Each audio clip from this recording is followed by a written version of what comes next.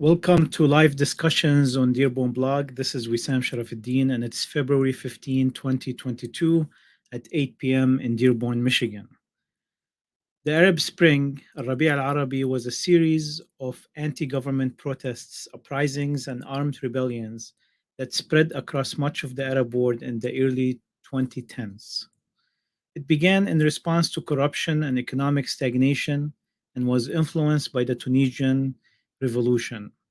From Tunisia, the protests then spread to all Arab countries but did not pick up momentum except in five countries: Libya, Egypt, Yemen, Syria, and Bahrain, where either the ruler was deposed, Zayn al Abidin bin Ali, Muammar al Qaddafi, Hosni Mubarak, and Ali Abdullah Saleh, or major uprisings and social violence occurred, including riots, civil wars, or insurgencies. Sustained street demonstrations took place in Morocco, Iraq, Algeria, Iranian Kazakhstan, and Lebanon, Jordan, Kuwait, Oman, and Sudan. Minor protests took place in Djibouti, Mauritania, Palestine, Saudi Arabia, and the Moroccan occupied Western Sahara. A major slogan of the demonstrators in the Arab world is الشعب يريد إسقاط النظام. The people want to bring down the regime. The importance of external factors versus internal factors to the protest spread and success is contested among various thinkers and journalists and various Arab positions. Social media is one way governments try to inhibit protests. In many countries, governments shut down certain sites or blocked internet service entirely, especially in the times preceding a major rally. Governments also accused content creators of unrelated crimes or shutting down communication on specific sites or groups such as Facebook. In the news, social media has been heralded as the driving force behind the swift spread of revolution throughout the world, as new protests appear in response to success stories shared from those taking place in other countries. The wave of initial revolutions and protests faded by mid 2012 as many Arab Spring demonstrations were met with violent responses from authorities, as well as from pro government militias, counter demonstrators, and militaries. These attacks were answered with violence, sometimes from protesters. Large scale conflicts resulted: the Syrian civil war, the rise of ISIS, insurgency in Iraq, and the following civil war. The Egyptian crisis, coup, and subsequent unrest and insurgency, the Libyan civil war, and the Yemeni crisis and following civil war. Regimes that lacked major oil wealth and hereditary succession arrangements were more likely to undergo regime change. A power struggle continued after the immediate response to the Arab Spring. While leadership changed and regimes were held accountable, power vacuums opened across the Arab world.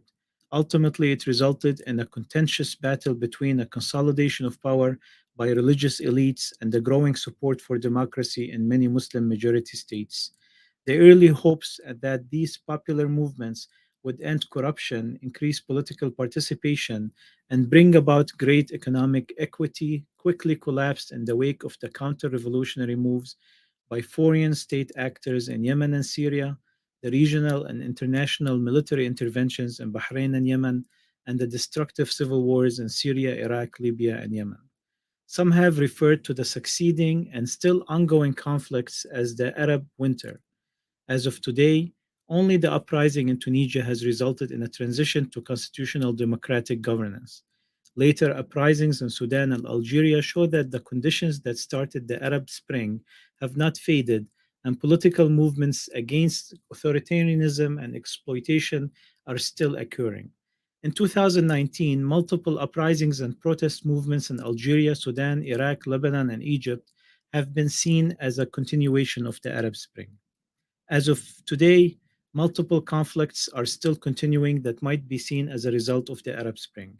The Syrian civil war was caused massive political instability and economic hardship in Syria, with the Syrian pound plunging to new lows. Syrians are spread as refugees all across the world. In Libya, a major civil war recently concluded with Western and Arabic powers and Russians sending in proxy fighters. In Yemen, a civil war continues to affect the country till today.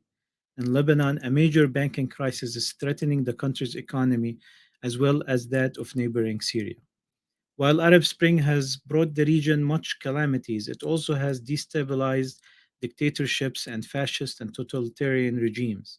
While the spontaneous revolution of the masses who wanted many of them wanted secularism, democracy, freedom of speech, and modernism, did not succeed in bringing these values necessarily manifested into their countries in majority, but it succeeded in uncovering the face of media outlets. It succeeded in putting political Islam movements under the test, in which they failed miserably, ending the hope of any political Islam to attempt leading masses again in the short term at least.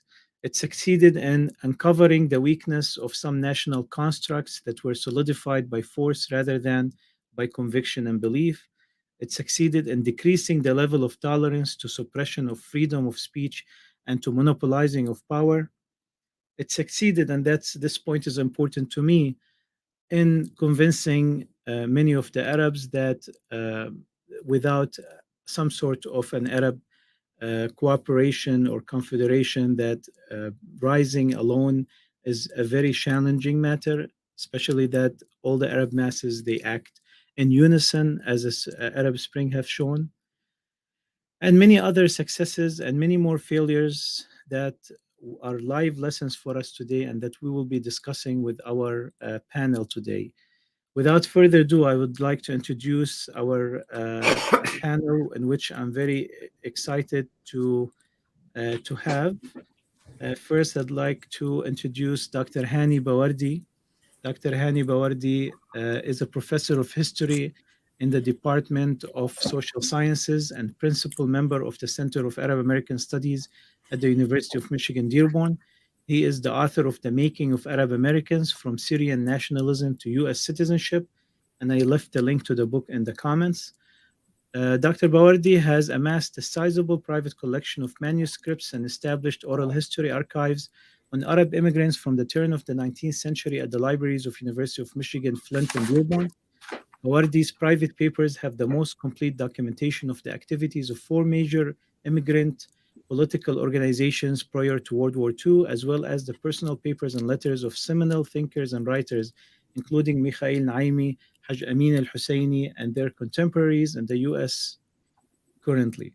Dr. Bawardi is also a member of the Arab American Center for Culture and Arts. Welcome, Dr. Bawardi. Thank you, Sam. Thank you very much. Mr. Ali Adib al-Naimi worked as the news editor of the New York Times Baghdad Bureau from 2004 to 2007. He was admitted in the Knight Wallace Journalism Fellowship 2007 to 2008 at the University of Michigan, Ann Arbor. He then finished his master's at New York University in journalism in 2010. He has worked as an Arabic language instructor at Queens College and John Jay College from 2010 to 2014 and became faculty at MEIS's Arabic Language Department in September 2014. He also writes for several publications in Arabic and English, like Jadaliya and Rasif 22. He is also a member of the Arab American Center for Culture and Arts. Welcome, Mr. Ali. Thank you very much, Sam. And Mr. Muhammad Uzair is an American journalist and writer of Lebanese origin. He began his career in the Lebanese newspaper as Safir in 1980.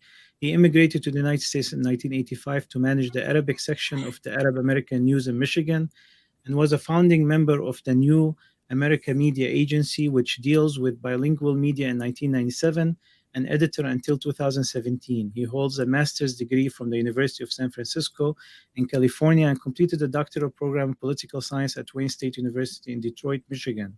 He taught Arabic at the University of Michigan. He published a novel, The Exile of a Homeland, and a collection of short stories entitled The Lawful Four and Other Stories.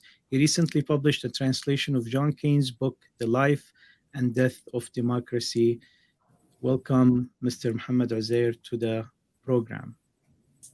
Thank you, Sayyid Usam. I'll start where I ended with Mr. Muhammad Uzair, accomplishments and failures of the Arab Spring. What are your reflections 11 years after it started? Well, I first thank you for that elaborate introduction, and thank you for the way you introduced me.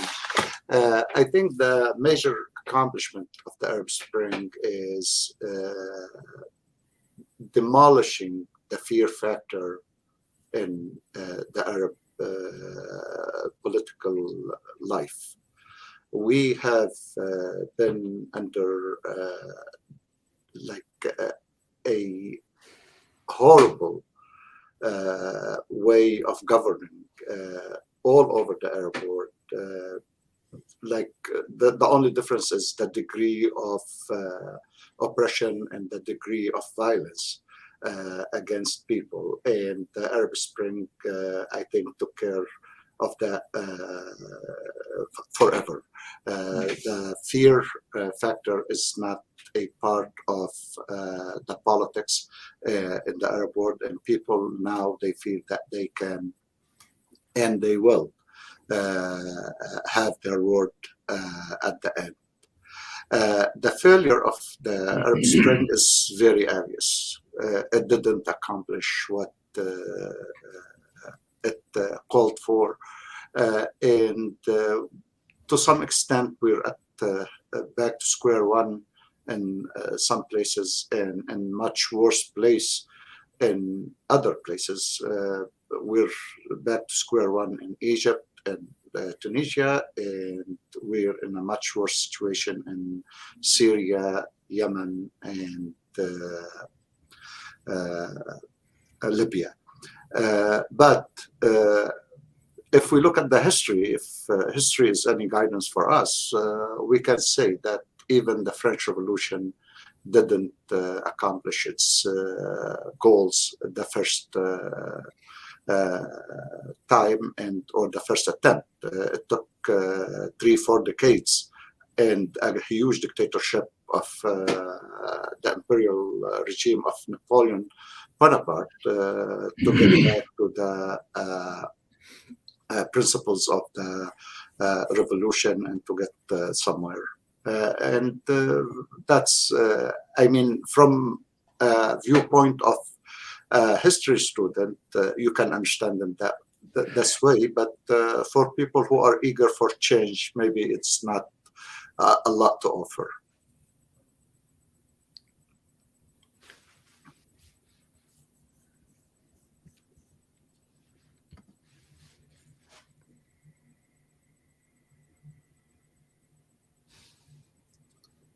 Mr. Sharafuddin, I think you're muted. Thank you, Muhammad, and thank you for everything that you presented, Mr. Muhammad. Mr. Ali, do you look at the Arab Spring as a stage in history, a stage in our recent political history that has passed already, and it's time to analyze it and judge it, or is it a work in progress that's still ongoing? Well, thank you for the introduction. I'm happy to be with you and with your esteemed guests. I think it is still a work in progress, but definitely the first stage of it is open for analysis and studying. Changes or big changes in history, as the professor and my esteemed colleague know, it doesn't come all of a sudden in history. It takes time and takes different stages of history to develop into something that can be called a significant or change that we can build on. The Arab Spring has started, as you said, in the let's say 2010, 2011. The first stage of it was the euphoria that you saw in the streets.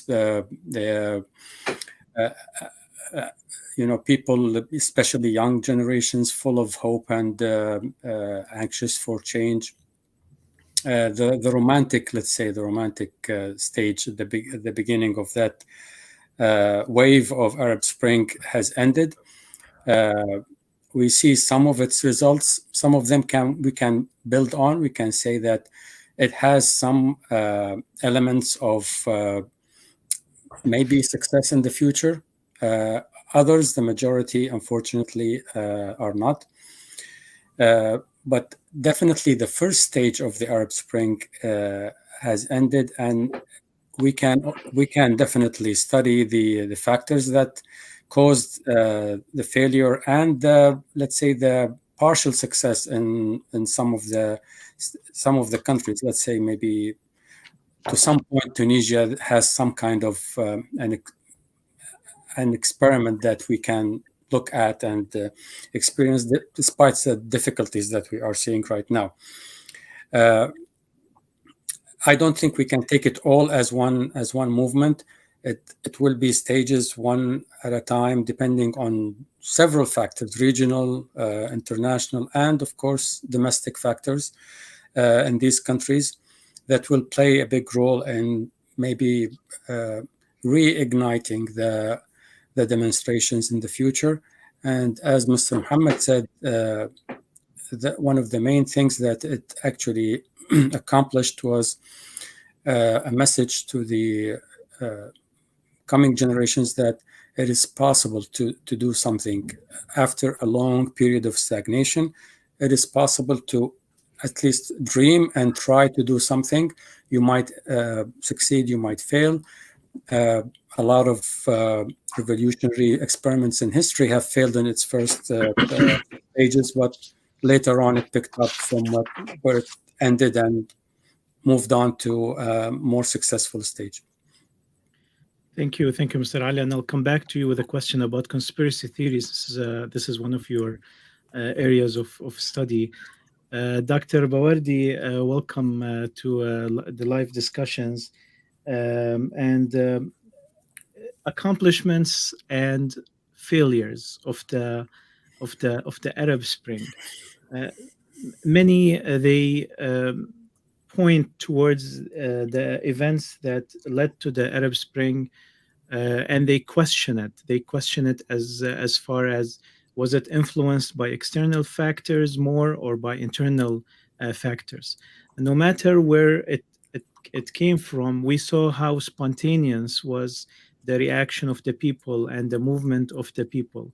No matter what political influences tried to come later on to it and influence its results, it still was as pure as it was when it was in the streets on the first days, like Mr. Ali said. What do you see now retrospectively as something that we need to take a pride in as Arabs from this Arab Spring, and what are some of the things that we need to learn as very important lessons? Thank you, dear Wissam. You could say this is a fitting question for a historian, because we like to learn from the past. We don't like to predict the future very much. Although, charting a path and knowing where you are in this historical path, path in context helps you foresee, or expect what the future might bring. So to answer your question and to kind of build a little bit on my dear colleague's comments, Mr. Adib, we should not forget the major lesson of the Arab Spring, namely that those were spontaneous protest movements. They were not violent revolutions per se, starting in Tunisia when a man who felt oppressed by the local police burned himself and died in agony about a month later or something like that. That was towards the end of 2010. And within a year, Hosni Mubarak, the strongman of the largest, most powerful Arab country, was gone. That's profound in a country of about 90 million people, I think, give or take. Egypt, that is. It was relatively bloodless, although about 800 people paid with their lives when that despot Mubarak sent in Cadillacs and camels plowing into the crowd. But I think because of the role of the media, most notably Al Jazeera, we have to say, which brought that uprising in details into the homes of millions of people, it was easy to see the length to which some, of those post-military regime leaders will go to protect their seats. And a lot of information came out about how much wealth they amassed, something like $44 billion in foreign banks, all of it, basically in the process of squeezing the country out of its resources and signing off all kinds of concessions for profit. Not long after that, of course, you have things ignited in Yemen and Syria. Likewise, those were spontaneous protests that spread from southern Syria. But what happened next actually is also part of this lesson, which is very sad. But let me first emphasize that by virtue of showing Arab populations that it is possible to get rid of entrenched, rotten regimes, you opened a new page in the region's history.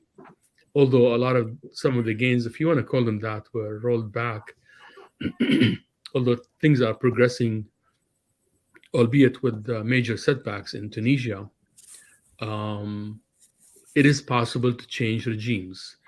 For the Arab populations, I know many of us kind of imagined an Arab world without political borders, that some kind of unity that will bring all Arabic speakers in Arab countries together as one unit.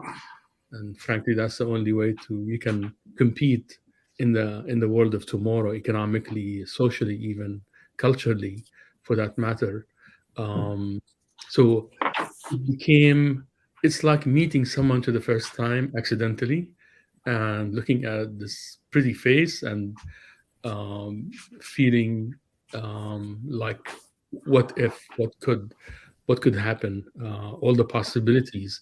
That was our encounter with the idea of democracy, an idealist perception of democracy, albeit because democracy is a lot messier than the ideal position.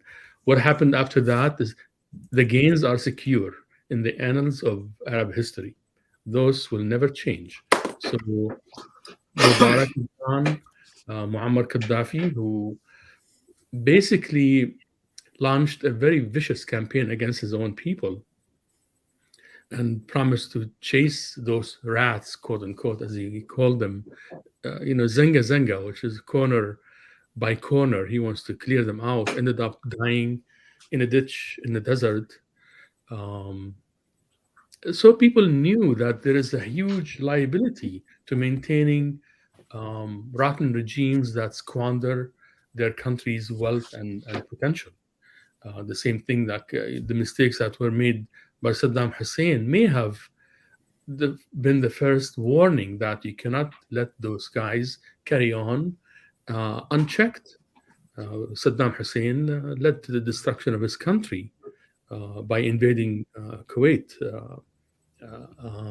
and also by carrying on with policies that were designed only to, first and foremost, to protect and preserve his regime.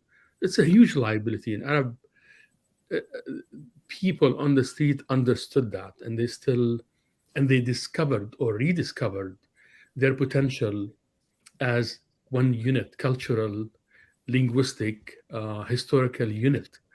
I know there are many perspectives about the history of the Arab world, and there's room for that. But nevertheless, the Arabic language is a very powerful common denominator. Cultural expressions, from music to food to customs, traditions.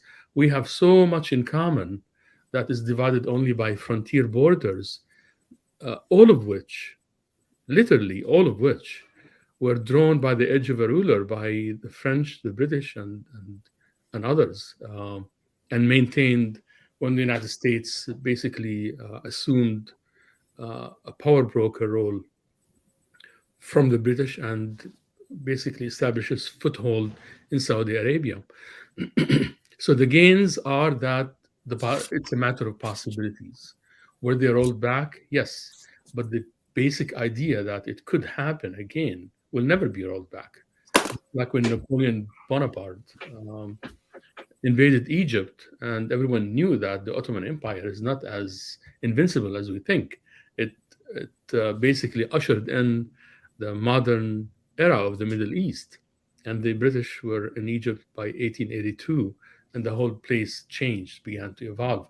But the Arab Spring itself is, in a sense, picking up the slacks where we left off after World War I, because all the loose ends of World War I were tied on the terms of the Europeans, the British and the French especially. And the great Syrian kingdom, with Faisal as its king, was an expression of Arab self-determination that was never allowed to flourish. And it was put down in the Battle of Maysalun, and many of the nationalists were killed, and frontier borders were imposed by the European powers. And people were suppressed for the interwar period through World War II. When they gained their independence, there were those post-colonial military regimes that stepped in, a series of coups all over the place, a failed attempt at unity between Egypt and Syria, which lasted only from 1858 to 1958 to 1961 or 62. And that in itself offers some lessons. So does Arab unity exist? No. Is it possible? The Arab Spring says, is an affirmation that it's a distinct possibility. Thank you, Dr. Wardi. Mr. Muhammad, Tunis is the first country from which the Arab Spring was born. Now, Tunisia is a little bit different. I see Arab countries since they had the Ottoman Empire had different levels of attachment to these countries, how much they care about them to protect them from colonialism. It led to these various regions being colonized at different times, and it led to a different historical line for each one of these different regions. Tunisia is one of the regions from the Arab world that were colonized very, very early, but at the same time, it also got modernized very early.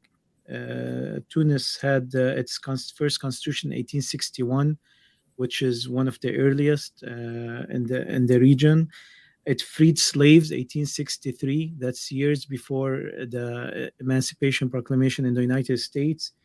And it had a modern state development much earlier than many of the other Arab experiments.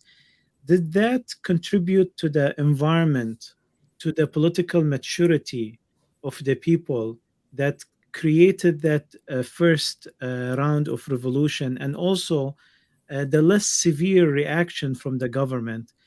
We have this successful, and we have to also put successful between quotes right now, where we're very cautiously saying successful after the latest events. But we can still say till now the most successful, or the only perhaps successful outcome so far from the Arab Spring.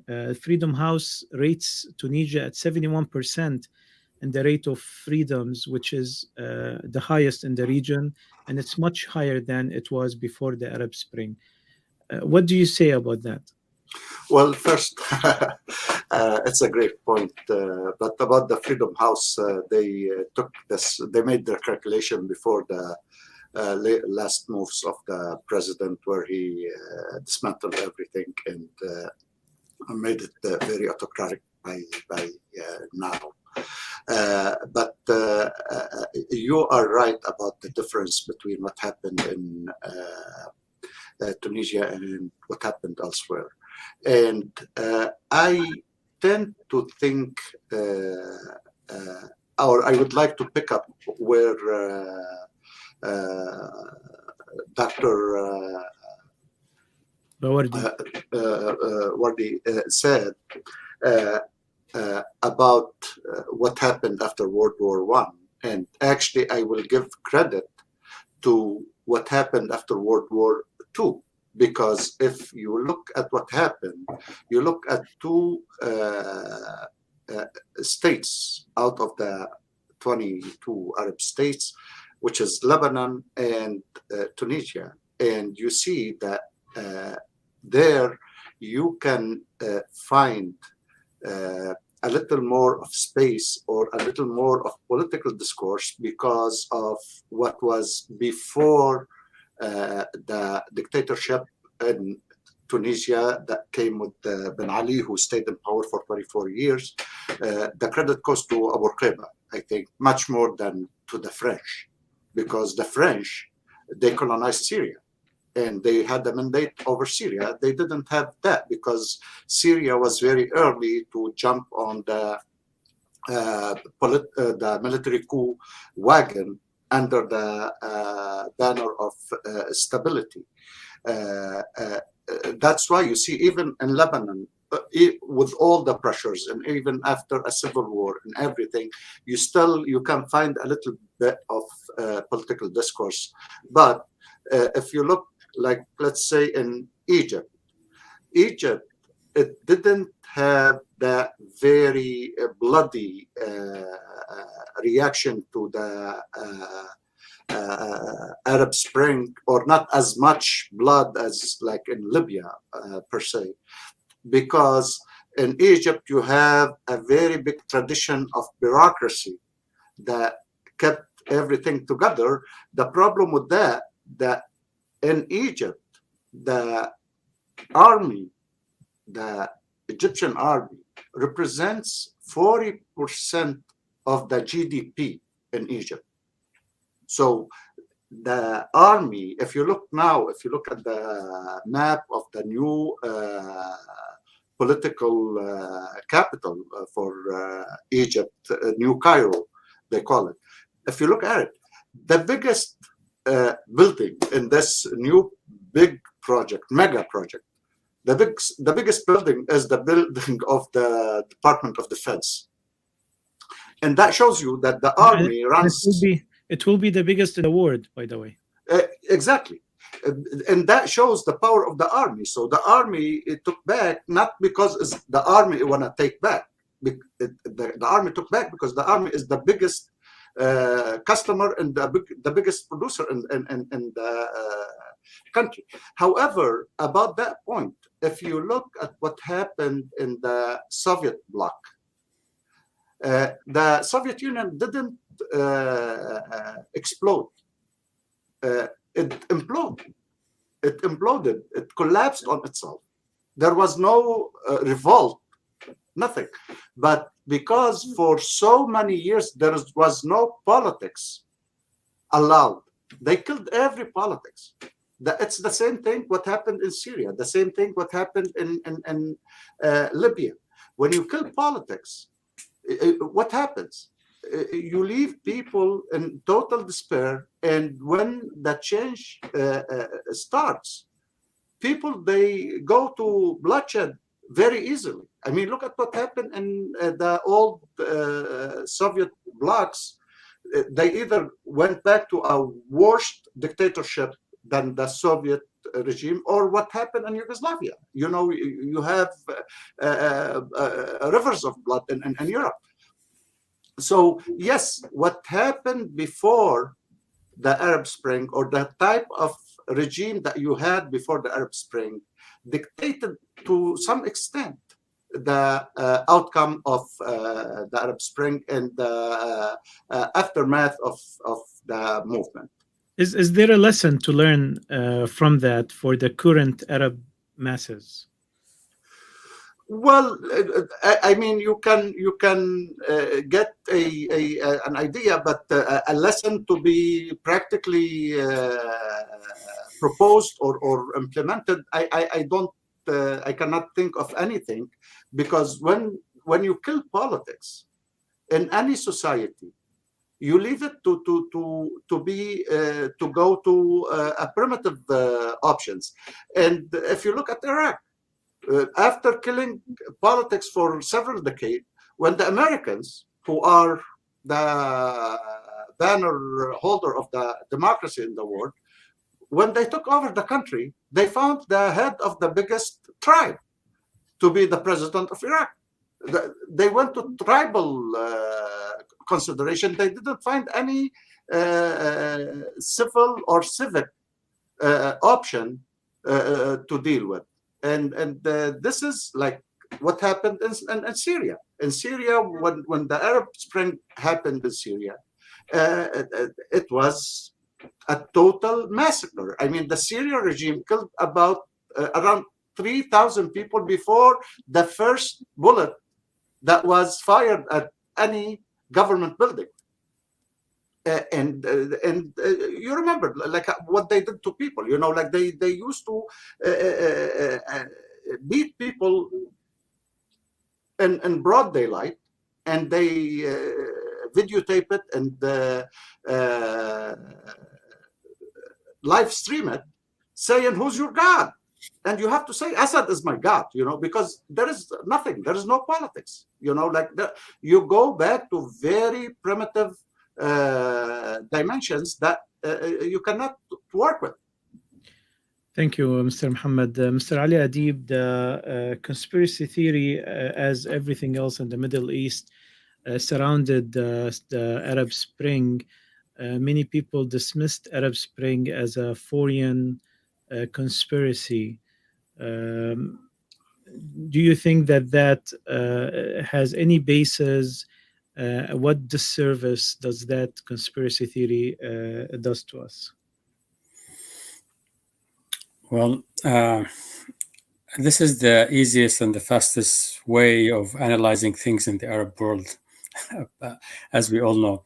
The simplest way of saying, of analyzing anything is, instead of going to the gray area or asking the difficult questions or trying to analyze and go deep into the factors affecting a certain situation, you simply say it's a conspiracy. And that's sort of one word sort of makes for a whole book of analysis. Let's first ask ourselves a question. If this was, let's say, a Western conspiracy, what was the strategic goal of this conspiracy? To do what? To bring democracy to the Middle East, to bring political Islam to the Middle East. Why would the West topple regimes that have strong alliances with the West?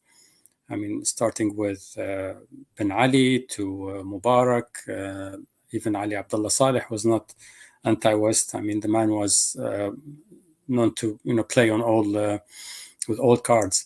So, what was the purpose of actually doing that? Number two, even if you have a, let's say, a specific strategic goal that I want to topple this regime or that, for whatever purpose, let's assume there's some kind of a goal for the West. Starting demonstrations like this, number one, it is beyond the capability of any intelligence apparatus in the world, whether it's CIA or any other apparatus. They were able historically to do some kind of protests, like, for instance, what happened in Iran at the time of Mossadegh, but that was for a specific period of time, limited, way more limited than what we saw in the Arab Spring. For them to stage something like that in Tunisia, you must have, I mean, a huge base of the CIA in Tunisia, and you must have a lot of money, and you must have some sort of an alliance with labor unions, maybe. And at the end, Mohammed al-Bouazizi would be a CIA agent also. If we move to a bigger example like Egypt, millions of Egyptians actually took to the streets. Millions. If you go back and look at the footage, I mean, how would any country in the world be able to stage a conspiracy like this, where you actually push people in that huge number to the streets? The other thing is starting. It's just like a flood, and if you have a big dam and you open the gates, if this wasn't really and carefully supervised and measured, you will end up with a huge chaos, with a huge mess. And let's assume that stage number 1, there is a goal. Stage number 2, they were able to do it. And they were able to push millions of people in Tunisia and Egypt to go out and demonstrate. How would they guarantee the end goal? How would they guarantee that their goal of bringing a certain candidate or a certain political group or a certain figure to power, how would this huge flood, this big storm, will end up in achieving what they want to achieve? In this case, you will simply have a lot of factors that no one, whether domestically or regionally or internationally, can actually control. So the issue of conspiracy theory, as we say, started with Tunisia and Egypt, maybe a little bit, but it actually took momentum with what happened in Syria. And in Syria, I wouldn't say it's a conspiracy theory, but I would say it is an actual intervention by several regional and international players. We cannot deny that. I mean, a lot of countries were playing a role, and that sort of gave credence to gave momentum to the act. Okay, let's go retrospectively and say Egypt was like that, Tunisia was like that, and Libya was like that. It's everywhere. I mean, in Iraq, for instance, when young people who just took the streets to demonstrate against corruption and for their future, for their life, and the corrupt political governing political parties and militias simply called them the literal translation would be sons of embassies, which basically means agents of embassies. We are very well familiar with this term in Lebanon. Yes. So in Lebanon also the same. I mean, it happened, I think, sort of simultaneously or at the same time. That we used to have demonstrations in Beirut and in several Iraqi cities. So the main the damaging effect of adopting the conspiracy theory is, number one, is you're eliminating a lot of facts. Number two is you're not actually looking at the true motives of those people. I mean, if you label all the young people in Beirut, in Baghdad, in Tunisia, label them as agents and people who are being paid by embassies to cause chaos or whatever the label is, you're simply ignoring the legitimate demands of the people. They simply want, as if you're labeling that asking for freedom, asking for getting rid of corruption, free elections. These are the demands of foreign countries. These are the demands of embassies. These are the demands of colonial powers, or whatever you want to call them. And by that, you're legitimizing dictatorship. You're legitimizing corruption, and you're saying, let's keep these, national powers, whatever you call them, despite their corruption, because they are, they are the forces of, patriotic. They are patriotic. They don't have any contacts or ties with the West, and by that you're simply messing up the whole the whole scene, and your priorities are just messed up. And anyone who calls for these legitimate goals will be labeled as an agent. So it's not just. I mean, this is a chronic disease in the Arab world. Unfortunately, it's looking at everything, even historically, as a conspiracy, unless you have documents, unless you have something like Mossadegh or whatever, 1956 war. These were conspiracies, yes, definitely documented conspiracies. But if you go back and label everything in history as conspiracy and you simply relieve yourself from studying it, from analyzing it, then you're simply simplifying things and actually not getting any real answers and living in an illusion. Yes, and unfortunately, that dismisses a lot of the courage and the heroism and the patriotism and nationalism and nobility that these people carried out in the streets, protecting their country and fighting for their freedoms and for progress.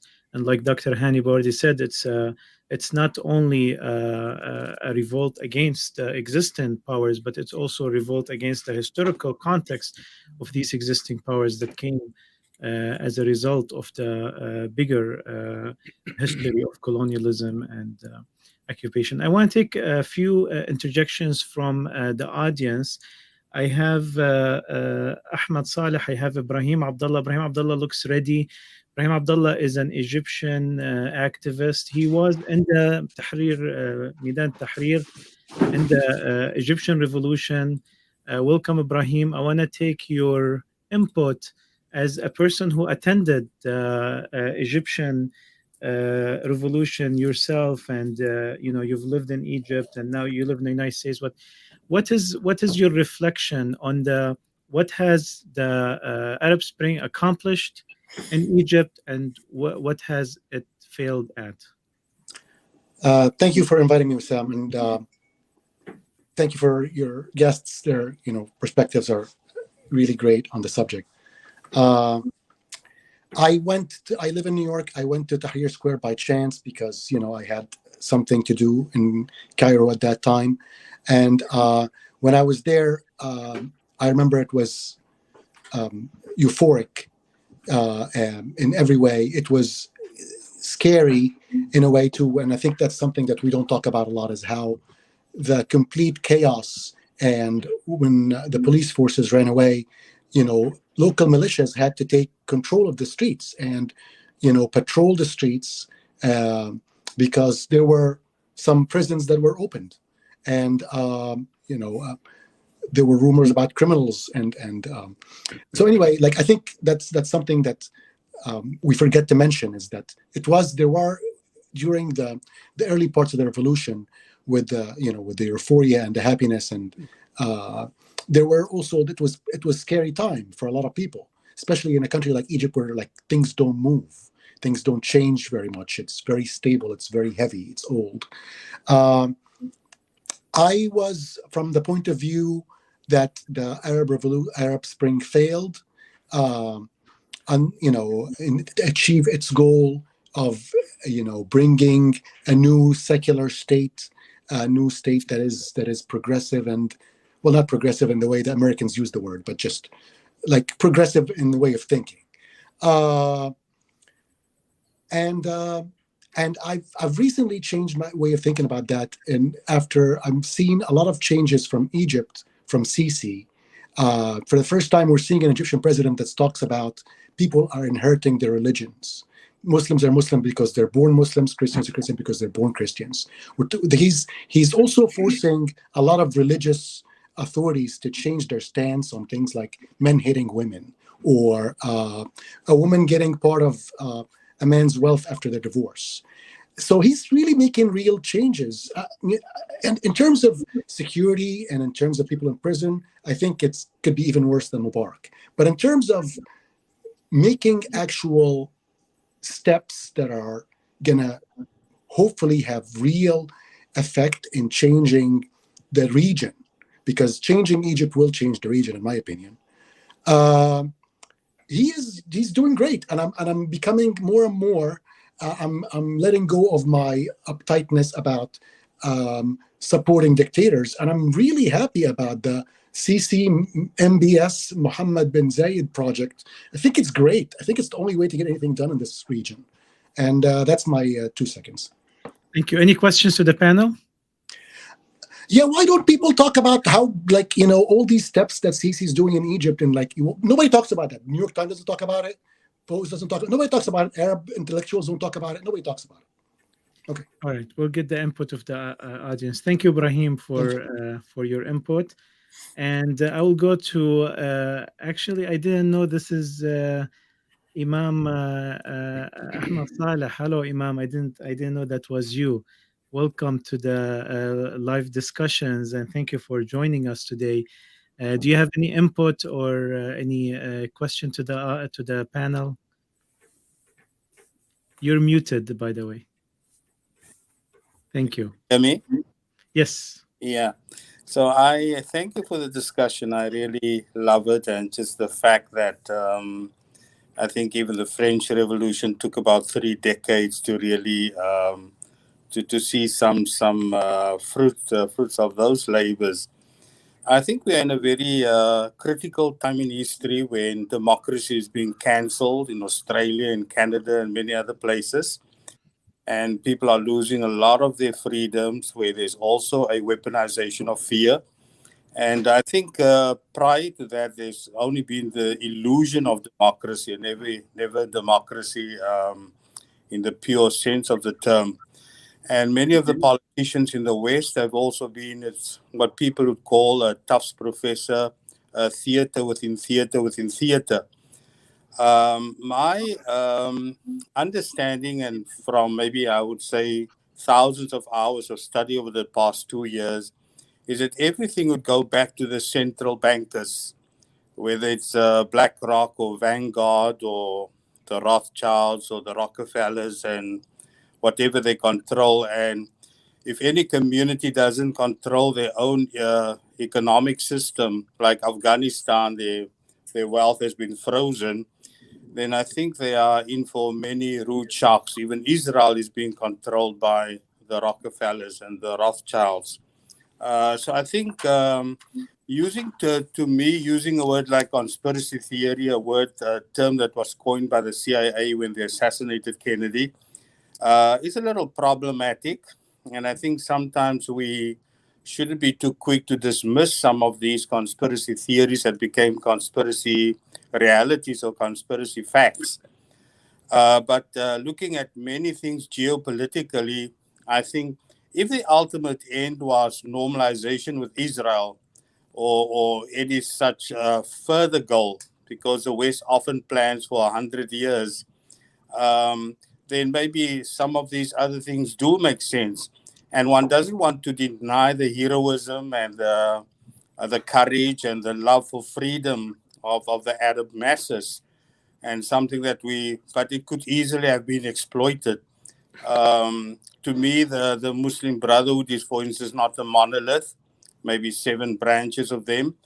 And it was really in one of the goals of the Zionist state or the Zionist entity to cripple and destroy that particular entity.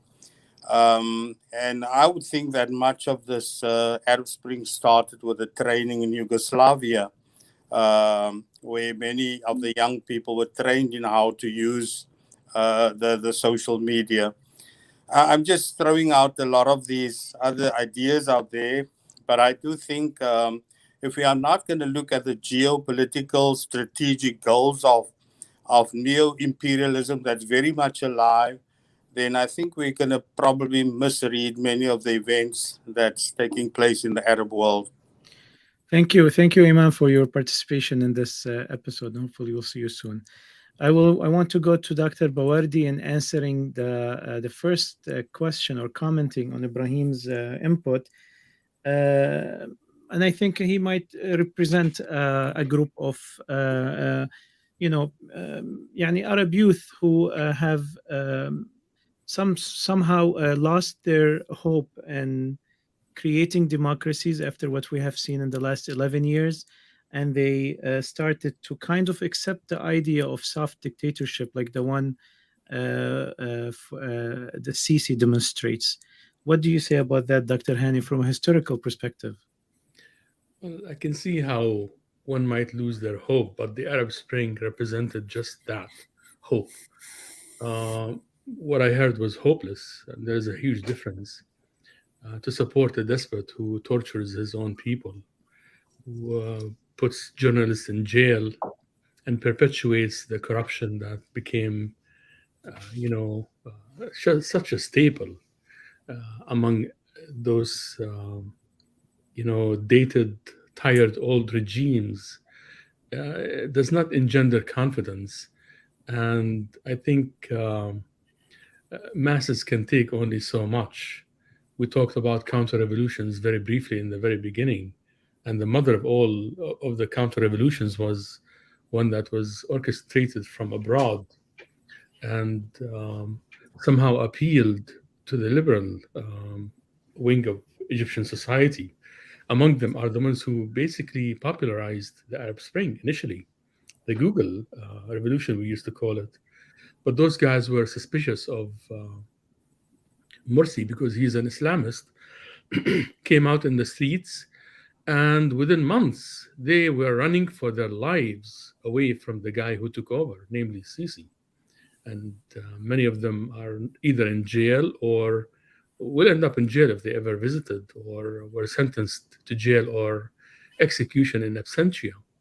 So what you have in Egypt is basically a pause, a nasty one at that, a very cruel pause in the trajectory of the region.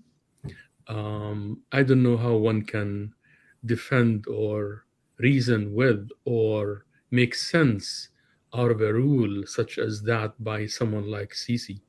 I just don't see how. If you criticize the ruler, you end up in jail. So you still have a brain drain, lack of opportunity. Yes, the army became like a huge part of the Egyptian economy that was instigated for totally different reasons in the past, but now became like this massive economic interest that you have to satisfy, like a monster you have to feed to stay safe. Don't forget that the same army basically stayed on the sidelines, which allowed for the Arab Spring to unfold in Egypt. Sisi, he came from one part of this army who found a way to scare everyone into falling in line behind him. And that one hopes, actually it's a certainty that this is a temporary situation, but the promise of violence that came with Sisi is serious. You think what's happening in Syria is bad. Imagining unleashing the largest army in the Arab world against 90 million people, their own people. The outcome can be really scary, and people became fatigued after what happened in Syria. Initial demonstrations in Jordan and criticism of the king was tapered down, fearing the same outcome. So violence is very much part of the reaction by those regimes. And frankly, none of that will happen. The need for the Arab Spring itself would not be present had it not been for the overarching geopolitical situation, namely Western governments looking the other way while those people wreak havoc in their own country because it fits their designs. One of the first things that Morsi did, say what you want about the man, eventually he would have failed and he would have been voted out. That would have been the course to go, but nobody was going to wait around for that to happen because then you'll have democracy, peaceful transition of power. This is what Israel and Western governments were afraid of. And their fears were materialized when Sisi called into question this one-sided agreement with the Israelis, especially with the gas. The Egyptians give the Israelis natural gas at static prices below market value.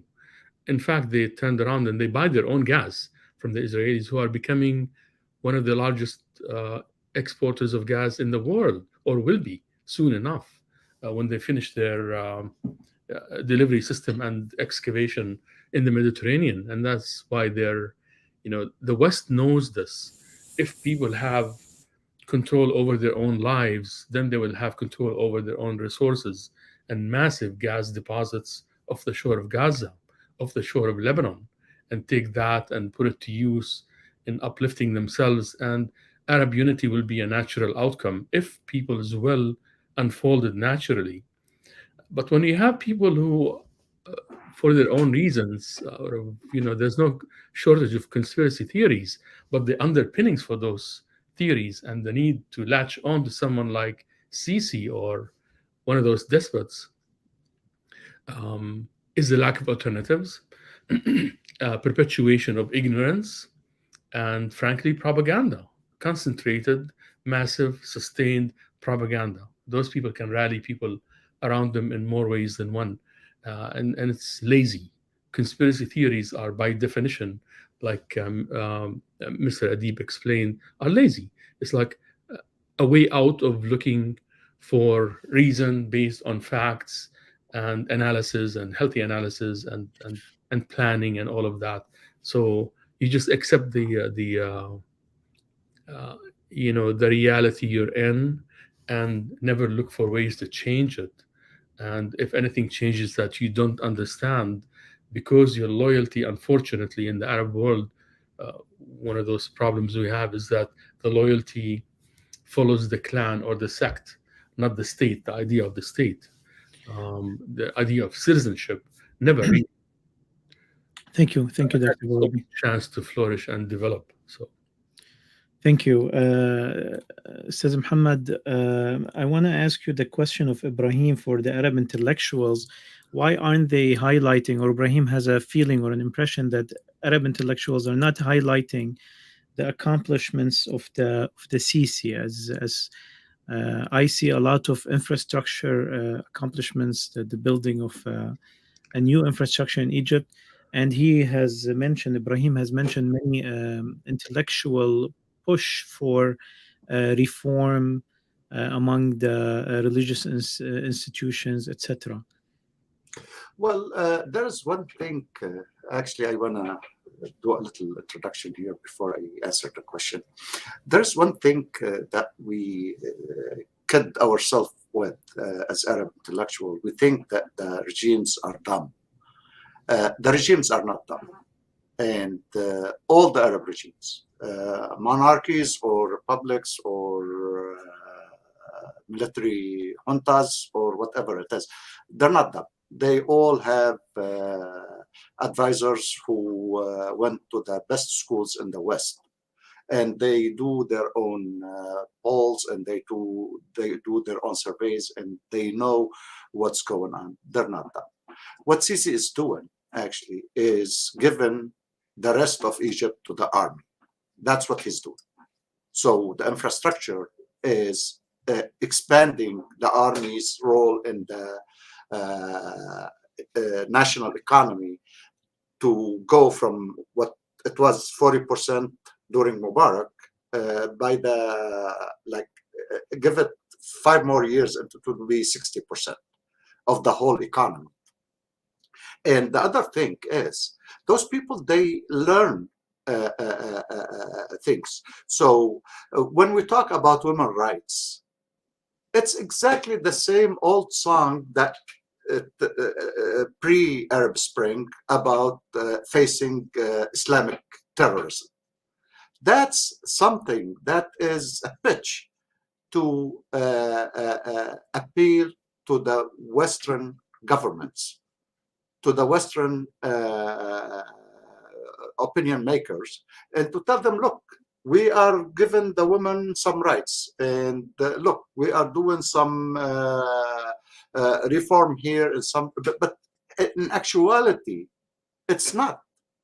I mean, in Egypt now, Abu Nawas is on the blacklist after 1,000 years. What kind of reform or openness you're telling me? They are still pacifying the most radical reading of Islam everywhere. And you see, every ruler in the Arab world has a sheikh next to him from this side and a mufti from this side. And if you are in Lebanon, you will get a khuri. Just for the fun of it. So they know what's going on. I mean, that the last government in Lebanon has 6 women, but the government cannot meet, and no one can do anything. So it's not in the symbolic politics that we're going through. It's what's in it, what's in actuality. And I would like to say that the Arab Spring didn't fail because of internal reasons. If you look at the, speaking of the geopolitical and those big terms that we use usually, okay, I mean, look at the main players in our region. The Turkish problem was the Kurdish question. They didn't want anything from Syria. You know, like the whole thing with Erdogan is he doesn't want the Kurdish community in Syria to have anything. That's his main concern, and that's what the whole hoopla ended up with. He's going to control the area that the Kurds are there. Iran was with the Arab Spring, and when it was in Tunis, and what it was in Egypt, and what was in Bahrain. The minute that something happened in Iraq, or the minute that something happened in Lebanon, it's a different story. When it started in Syria, it's a different game. You know, like then it's became like conspiracy. mu'amara kawniya. It's not only conspiracy, it's a universal conspiracy against the regime of Assad. So you have, and the biggest player, and let's not forget that, the biggest player is Israel. The only government in the Middle East that has any substantial influence over the United States and the Western governments that has something to do with what's going on in the Arab world is Israel. It's not Saudi Arabia. It's not United Arab Emirates. Everyone have a little share. But the biggest influence is Israel. Israel does not want democracy in the Arab world, period. And they don't want a change in Syria, period. And that's why even Obama, with all his progressive songs and all his nice romantic policies, when it came to Syria, he said hands off, because he cannot face Israel, even in Washington. Because remember, when he was a president, Netanyahu came to the United States against his will and gave a speech to a full session of the both houses of the Congress against the will of Obama, who's the president of the United States. Israel is the main factor in corrupting anything that will bring any Arab society to democracy or to openness. Thank you, Ustaz Muhammad. Ustaz Ali Adib, we've heard from Imam Ahmad Saleh some of his convictions, and he calls them conspiracy facts. For example, like the Rockefellers and Rothschild control over some of these facts. What do you think the and like you know, Dr. Hani Muhammad said that some of the incidences that happened, and or you yourself, you mentioned that the external hands that were playing with the Syrian power and Syrian revolution, it allowed, it retrospectively allowed many of the people who have a tendency to fall into conspiracy theories easier. You know, it gives them that legitimacy.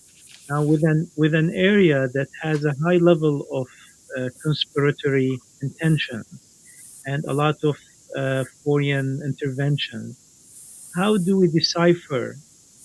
How does an Arab, يعني مواطن, an Arab individual, decipher things from conspiracy, facts from conspiracy in such an environment? How much should he trust the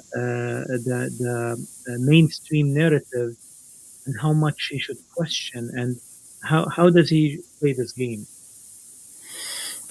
It's not an easy mission, to be honest. I mean, in the Arab world. It's not an easy task to do, and trying to counter the conspiracy theory, especially after, as you said, I mean, when you refer to the case in Syria, no one can deny that Syria has, I mean, so many players, foreign players, that a Syrian friend of mine said to me one day, we only have Mozambique that has not interfered in Syria, for instance. I mean, she was making a sort of a black comedy joke. Usually the main thing about following dismantling conspiracy theory is to simply go after the facts, verify. Dismantling these let's say allegations that are that the conspiracy theory is built on will simply at least enable you to make an argument that will be a good basis for countering it. I'm not saying that you will definitely succeed, but you can try.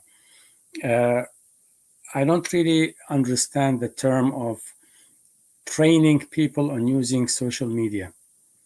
I mean, younger generations, I mean, a 17 years old kid now anywhere in the world is, you can call him an expert in using social media, way more than all of us, with all due respect. I mean, younger generations can play around with their gadgets and their different platforms that, I mean, way better than us. So training people on using cameras in the 50s and 60s, maybe, I mean, during the Cold War and KGB and CIA, and you see movies like, like spy movies or James Bond, and you put the small camera here, you do this, you do that, that's fine. I mean, using sophisticated devices, but to take them into camps and train them on using social media, I heard that about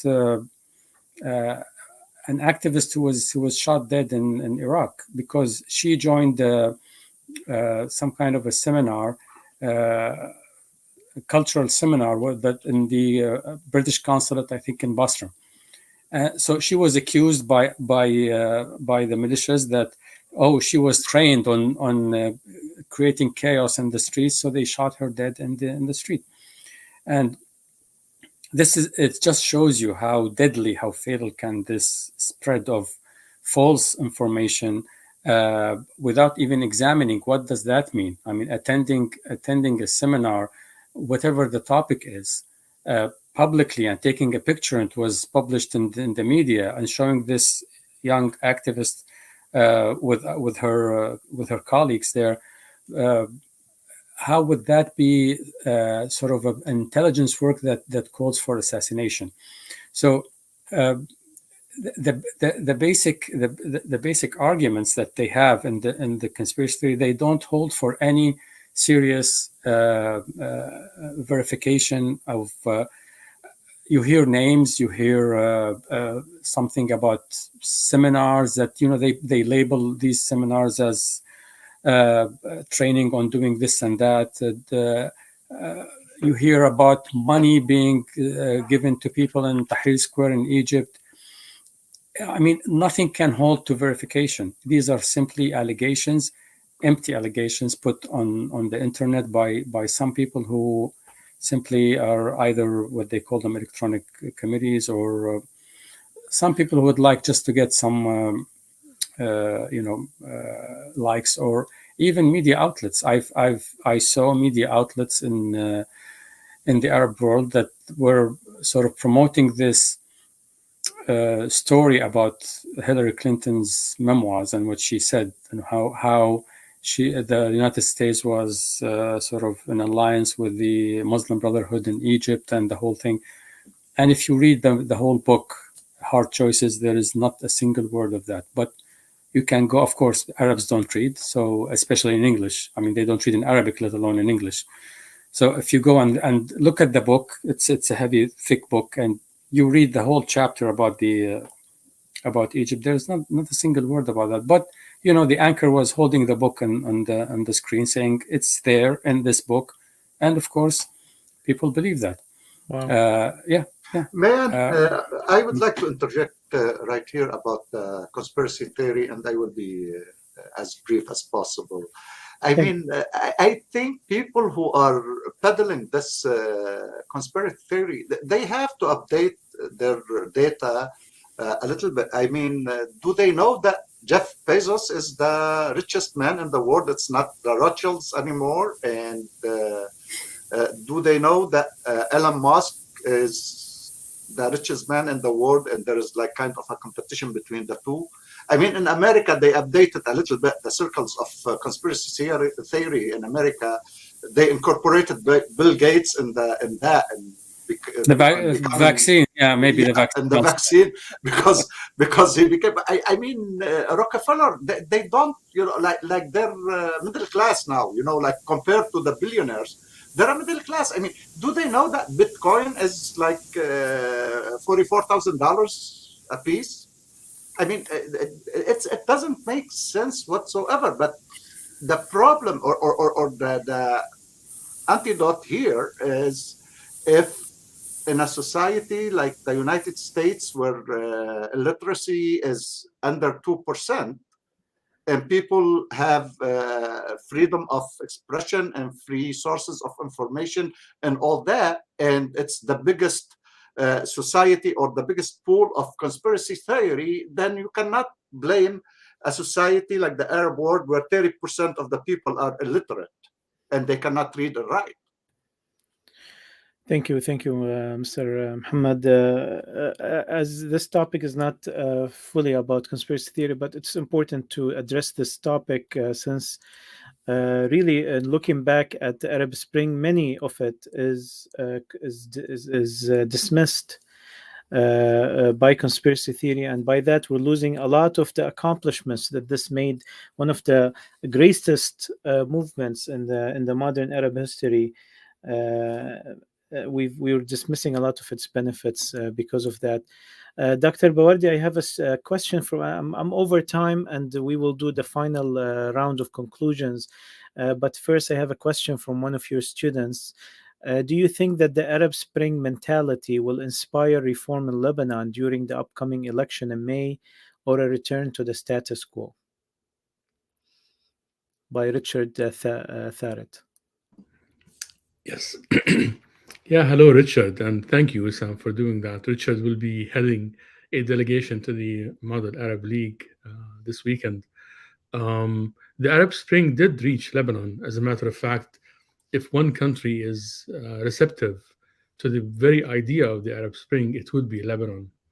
Lebanon is not a stranger to free speech and public expressions and demonstrations and protest, and probably facing the least violence from the authorities, because there are many authorities in Lebanon, for one thing. So the demonstrators usually come from an orientation that is represented in Lebanese life in a powerful way because of the confessional system.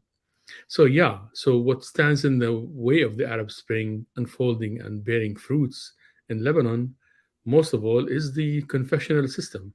You don't have one dictator. You have the oppressive loyalty to the clan and the sect instead of loyalty to the state. Whatever that sect is, it doesn't matter. And the average Lebanese understands that. But if you cede some grounds, the fear, I think, is that others might not, and then you'll end up with one of those sects taking over or something like that. I mean, finding a mechanism to find, an expression in a one central government is the trick for Lebanon. I mean, what other countries take for granted, especially ones that are not run by dictators. Confessionalism then stands in the way. But Lebanon is the most likely place, if you do away with the confessional system, where democracy can flourish and take roots. Thank you. And by the way, Richard and his colleagues will be representing Lebanon in the Model Arab League. Great. We'd like to hear more about this program, hopefully, one day, Doctor. Definitely, the Arab Spring has entered Lebanon, and what was peculiar about Lebanon that instead of them saying الشعب يريد إسقاط النظام, people want to befall the regime, they used to say الشعب يريد إسقاط الطائفية. People want to befall the sectarian regime. And since then, Lebanon has had a continuous, up and down, but continuous wave of revolutions or intifada or protests or civil movement, whatever names it was given.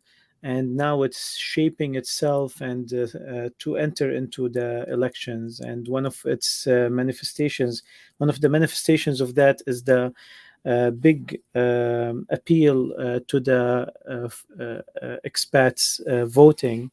There are over 240,000 expats who have registered to vote in the Lebanese elections. 86,000 were registered last time in 2018. So there is a big turnaround, and it looks like this elections will be important for the Lebanese Arab Spring. In a final round of questions, Dr. Bawardi, what do we take from here, from the Arab Spring? What main lessons do we get in shaping our hope for the future of the region, given the 11 years of Arab Spring and what has the region has passed through? I myself, I usually call the Arab Spring the first Arab Spring, always feeling that it's going to be a series of, just like the French Revolution, it will be a series of waves. And we've seen the latest waves in Sudan and in Lebanon, and the Arab world has not stopped creating these waves of change and demanding progress. So I hope for a second Arab Spring. I hope for a continuous Arab Spring, maybe more intellectual, more organized, has more political infrastructure that can actually flourish from a revolt. Where do we go from there in looking at the Arab Spring, and what do we hope for it? There were many uprisings against colonialism in various parts of the Levant, at least. I look at each of them as an Arab Spring of sorts, because that's when all eyes and hearts turned to across the Arab world. In 1936 in Palestine, 1925 in Syria, etc., etc. I hope we'll have one that will stick. I hope we'll have one that will be just as devoid of violence, at least on the part of the protesters, as we've had in the past. At the end of the day, it will take a heavy toll before democracy sets in. Too much power is concentrated by too few hands, and the West has no interest whatsoever in allowing democracy and reforms to unfold. What then will happen to all those fortunes generated by what will happen to petrodollar, sitting in European and American banks?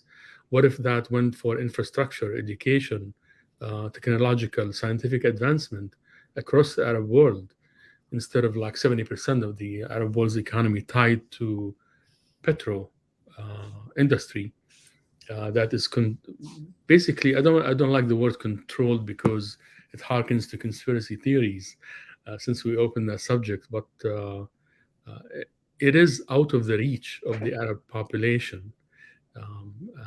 So how do we get there? This is what my students are proposing to discuss this weekend. But I think the Arab world needs to look inward, look towards each other in a spirit of collaboration, and begin to articulate expectations of the West, that their societies, their interests matter, that they should come first from their perspective, that their resources should be, go to the benefit of the advancement of their people. And if they mean it, and if they're organized enough, yeah, there will be cost. Europeans will not, and the Americans will not take that, quietly. There will be sacrifices for sure, but you have to have a cohesive strategy, and then people will take you seriously outside and deal with you as an equal. Unfortunately, with the amount of division we have, that is the biggest obstacle in the way of the Arab Spring. And the Arab Spring, although it started, the spark of it was this small merchant in Tunisia. It captured the hearts of all Arabs wherever they are. So the outcome will spill into all Arab countries. That's what you want.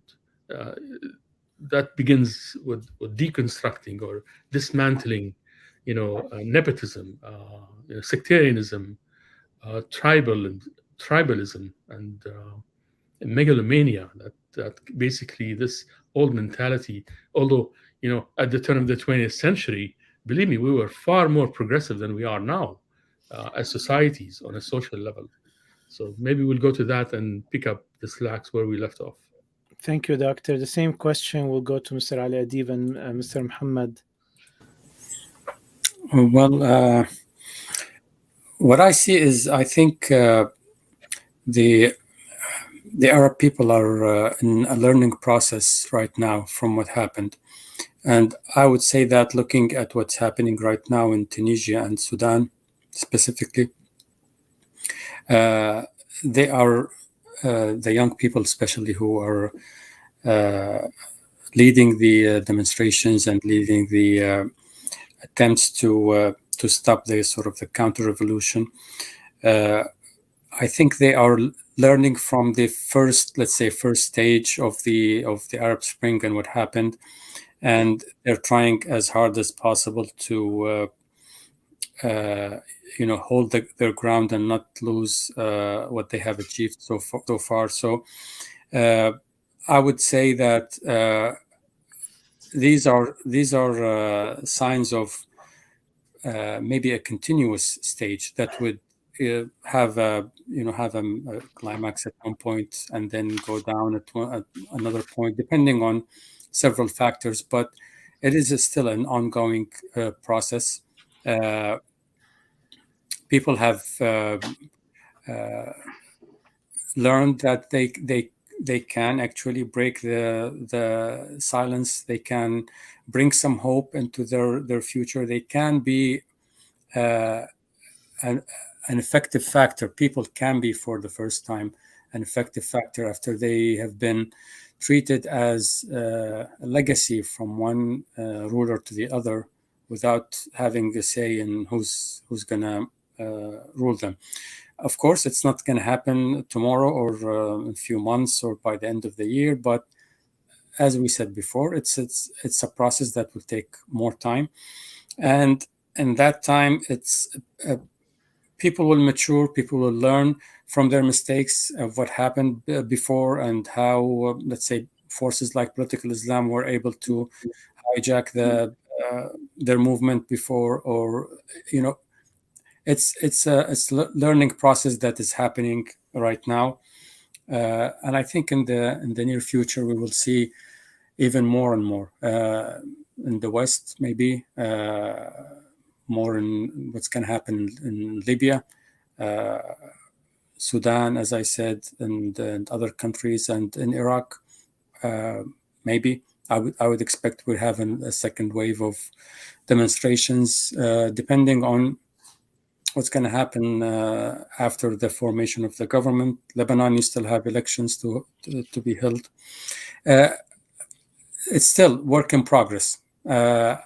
So we should not lose hope, because nations don't die. They might take a pause every now and then based on certain factors, but they're still alive.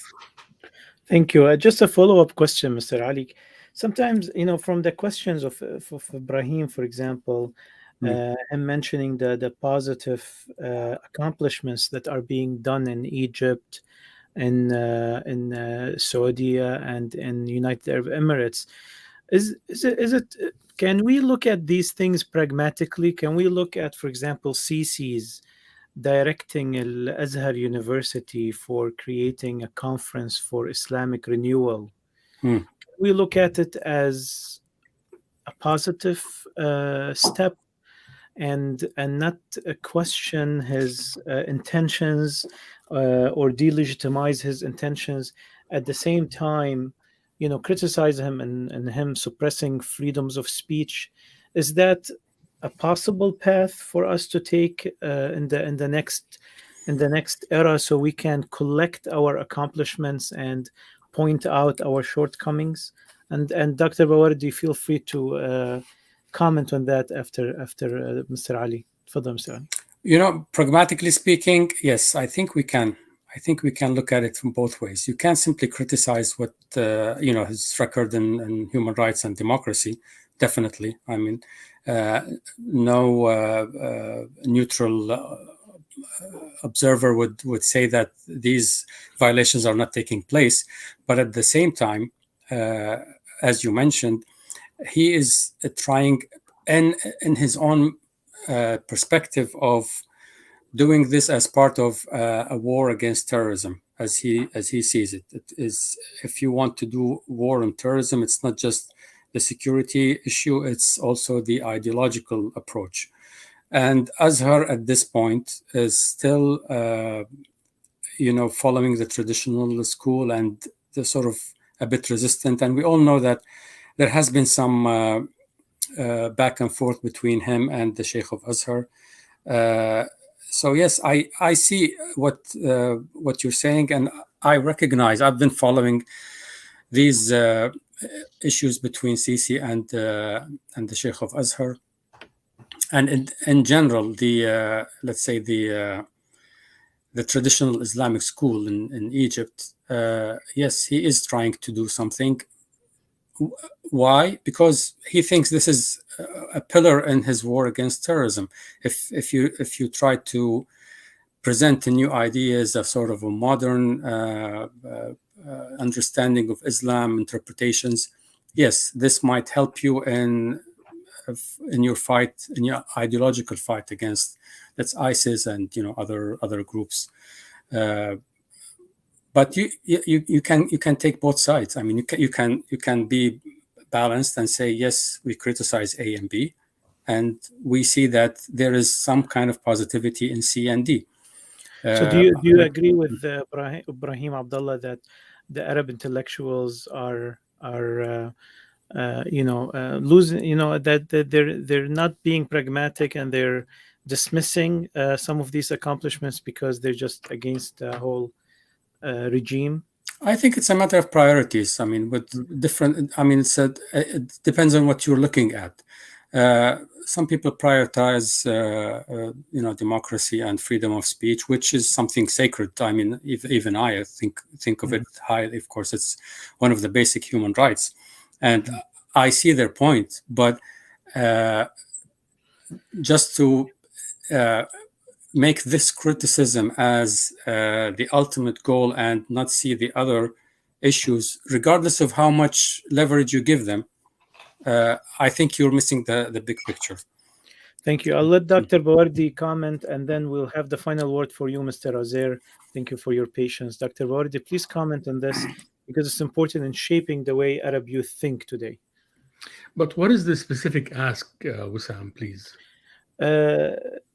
Pragmatism. How do we balance between being pragmatic and describing the situations in Arab countries and the events, and at the same time by being principled, protecting the principles and values and not mixing up between them? This is an philosophical eternal fight between idealism and pragmatism.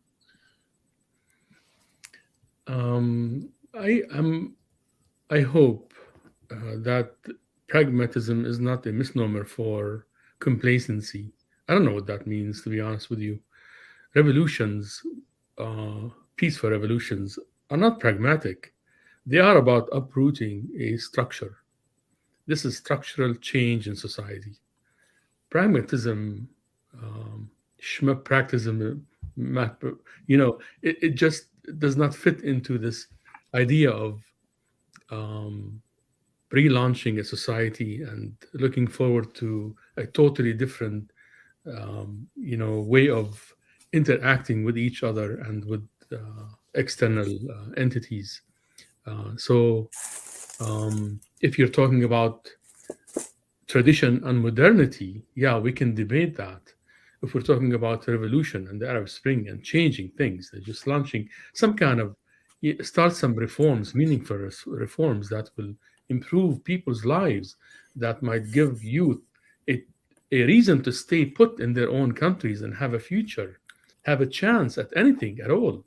And I was in Jordan for a month last summer, and I used this equivalent to the Uber there. And most of the Uber drivers are college graduates, very articulate, very polite, very progressive in their views and sophisticated, even if they're traditionalists. They told me one after the other, there are no prospects for me here. And that is the reason why I left to begin with. In fact, in my classmates, there are 32 of us, only 4 remained in the country. The rest are in the West, between Germany, the United States, even Australia, for that matter. So this will keep happening. It will not change until we throw caution to the wind and go out in the streets and make it stick, and make those despots, corrupt people, see the error of their ways. The only way to do that is to increase the cost of their corruption. The only way to do that is to disrupt peacefully. That is, this is what revolution, this is what protest is by definition. You're not pragmatic. You're the last person to be pragmatic about this. You're an idealist for a moment, and hopefully you will reach a situation where you have this imperfect democracy, but at least at the end of the way, have what the United States has: peaceful transition of power. We sworn in Trump. Donald Trump became president of the United States, and everyone fell in line, and he was sworn in peacefully. Yeah, that is a lesson, an ultimate lesson. Otherwise, I'm not very, a fan of Trump at all. But I'm using him as an example for, what we should have in the Arab world. So you have a president, he's less than perfect. Yes, so elect a Congress or a parliament that will check his power and wait for the next election. We need to get to first base in the Arab world. Right. Thank you, Dr. Bawardi. And the final word for Mr. Uzair. And if I take this program any longer, I will be competing with Joe Rogan, which I don't want to do right now. تفضل Mr. Uzair. Well, both Dr. Bawardi and Mr. Adib, they did a good job with the question. However, where to go from here, this is the point that I want to address. And I have a kind of special or unique angle on that matter, which is, I think people in the Arab world, they proved that they don't lack any courage or any understanding or any frustration to do what should be done.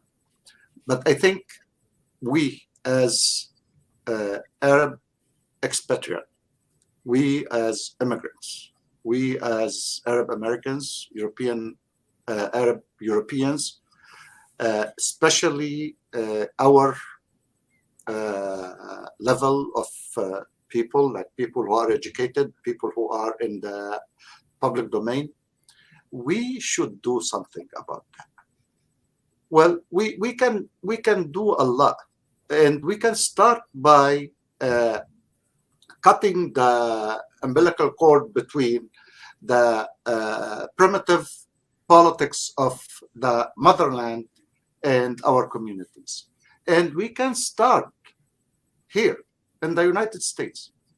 we can start something that will affect events in the Arab world. Because, first of all, we're free to do whatever we want. If we live in France, in Britain, anywhere in West Europe, anywhere in Canada, United States, Australia, we can do and say whatever we want and go home and we feel safe. No one is gonna do anything to us. Second, we have the means. Third, we have the connections to influence the media, to influence the politicians. When we get ourselves to start a movement, we will do what Al-Rabita Al-Qalamiyya did in the turn of the last century to the Arab literature. Like 7 or 8 people in New York and New Jersey, they changed the Arab literature that was 1,200 years old. And we can do something here if we put our mind together. Because we accomplished something very, very, very important in the, especially in the United States. This is the only place that a Lebanese, an Algerian, an Iraqi, a Yemeni, a Palestinian, they call themselves Arab Americans, and they have the Arab identity that we are dreaming of in the Arab world. We have it here. Why? Because we can. And we should work on that point, and we should give us more credit, but we should hold more responsibility. Yes, there is 240,000 people that registered to vote for the upcoming Lebanese election. But Joseph Stalin, the late Soviet dictator, he said, doesn't matter who votes. What matters is who counts the votes. We have to do something here, and we have to show our people there. We have to show our brothers and sisters and our families and our friends that they are there because they cannot leave. Make no mistake about that.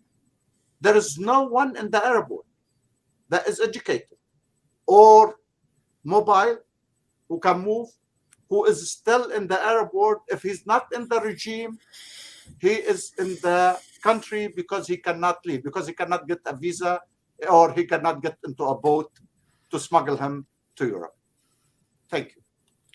Thank you, Mr. Muhammad, and thank you for the audience for your participation with us in this episode of Live Discussions. We know that this topic is a big topic and it has a lot of branches. We hope that we continue to host the respected intellectuals that were with us today to continue the discussion. Finally, I too do agree with Mr. Muhammad, and I have proposed a methodology to actually continue the Arab movement and struggle towards progress and freedom. And I've put it in a book called The Awaited Arab State. And thank you very much for being with us tonight. This program will be available on Spotify and iTunes tomorrow. And it is available immediately after the end of the episode on YouTube and Facebook. Have a great night, and thank you very much. Thank you. Thank you, Wissam. Pleasure.